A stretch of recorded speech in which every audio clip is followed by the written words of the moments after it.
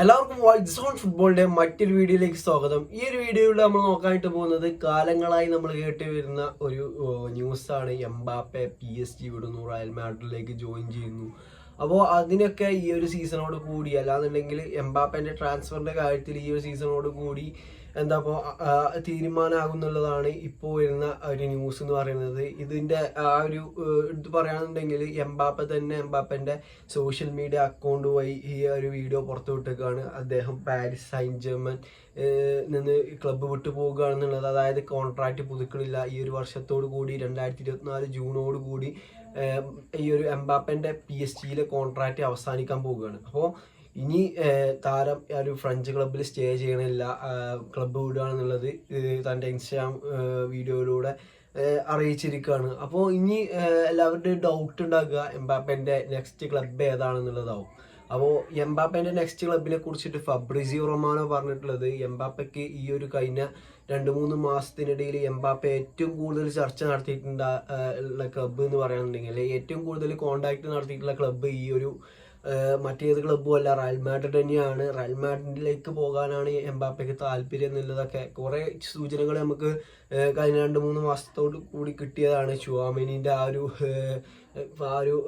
ഫെബ്രുവരിയിൽ എങ്ങാണ്ടാണ് ആ ഒരു എംബാപ്പെ ടു റയൽ മാഡ്രിഡ് എന്നുള്ളത്, ആ ഒരു ഇങ്ങനെ എംബാപ്പെ PSG നിന്ന് ലീവ് ചെയ്യുക എന്നുള്ളതൊക്കെ അങ്ങനെ കഠിനമായി കൊണ്ടിരുന്ന ആ ഒരു ഇതിൽ ചുവാമെനിൻ്റെ ആ ഒരു പോസ്റ്റൊക്കെ നമുക്ക് എടുത്തു പറയുന്ന സംഭവമാണ്. അതുപോലെ തന്നെ ഈ ഒരു എംബാപ്പനായിട്ട് വേറെ ഏതൊരു ക്ലബിനും ഇത്ര അധികം റൂമർ വരുന്നില്ല. അല്ലാന്നുണ്ടെങ്കിൽ എംബാപ്പ എന്ന് കേൾക്കുമ്പോൾ റയൽ മാഡ്രിഡ് എന്നാണ് എല്ലാവർക്കും ഓർമ്മ വരിക. അല്ലാന്നുണ്ടെങ്കിൽ ഈ ഒരു എംബാപ്പനെ സൈൻ ചെയ്യാൻ മറ്റൊരു ക്ലബ്ബ് നോക്കണില്ല, മറ്റൊരു ക്ലബ്ബ് എന്താ എംബാപ്പനെ ടാർഗറ്റ് ചെയ്യണില്ല എന്നുള്ളത് എടുത്തു പറയുന്ന ഒരു സംഭവമാണ്. അപ്പോൾ ഈ ഒരു ഫബ്രിസിയോ റൊമാനോ പറയുന്നതിനനുസരിച്ച് ഈ ഒരു റയൽ മാഡ്രിഡായിട്ട് ചർച്ചകൾ നടന്നുകൊണ്ടിരിക്കുകയാണ്. കോൺട്രാക്ടിൻ്റെ കാര്യങ്ങളൊക്കെ തീരുമാനം ആയിക്കൊണ്ടിരിക്കുകയാണ്. ചില പേജസൊക്കെ പറയുന്നുണ്ട് ഓൾറെഡി സൈൻഡ് ആണ് എന്നുള്ളതൊക്കെ. പക്ഷേ ഫബ്രിസിയോ റൊമാനോ പറയുന്നത് റയൽ മാഡ്രിഡ് ഈ ഒരു സീസണിൻ്റെ എൻഡോട് കൂടി, അതായത് എൻഡ് ആയി കഴിഞ്ഞിട്ടുണ്ട്, ഇനിയിപ്പോൾ ഈ ഒരു സീസണിൻ്റെ എൻഡോട് കൂടി അല്ലാന്നുണ്ടെങ്കിൽ ആ ഒരു UCL ഫൈനൽ ജൂൺ 2 ശേഷമാണ് എംബാപ്പൻ്റെ ഈ ഒരു വരവ്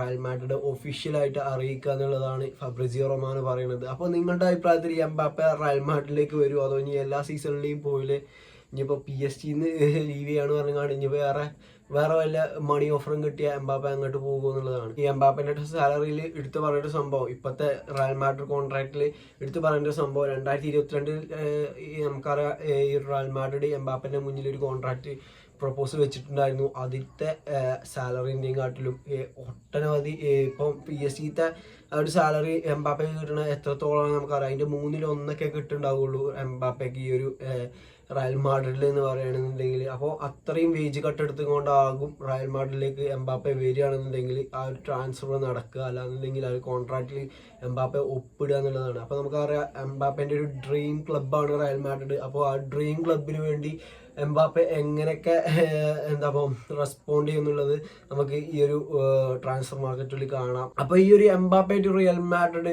നടക്കും എന്നുള്ളത് നിങ്ങളുടെ അഭിപ്രായത്തിൽ നിങ്ങൾക്ക് എന്താണ് തോന്നുന്നത് എന്നുള്ളതൊന്ന് കമൻറ്റ് ചെയ്യുക. ഇനിയിപ്പോൾ എംബാപ്പെ റിയലിലേക്ക് അല്ലാന്നുണ്ടെങ്കിൽ മറ്റൊരു ക്ലബ്ബ് അത് ഏതാകും എന്നുള്ളത് ഒന്ന് കമൻറ്റ് ചെയ്യുക. അപ്പോൾ ഇന്നത്തെ വീഡിയോ ഇത്രയേ ഉള്ളൂ. ഈ ഒരു വീഡിയോ നിങ്ങൾക്ക് ഇഷ്ടപ്പെടുകയാണെന്നുണ്ടെങ്കിൽ തീർച്ചയായിട്ടും കൂടെ നിൽക്കുക. ഓക്കെ.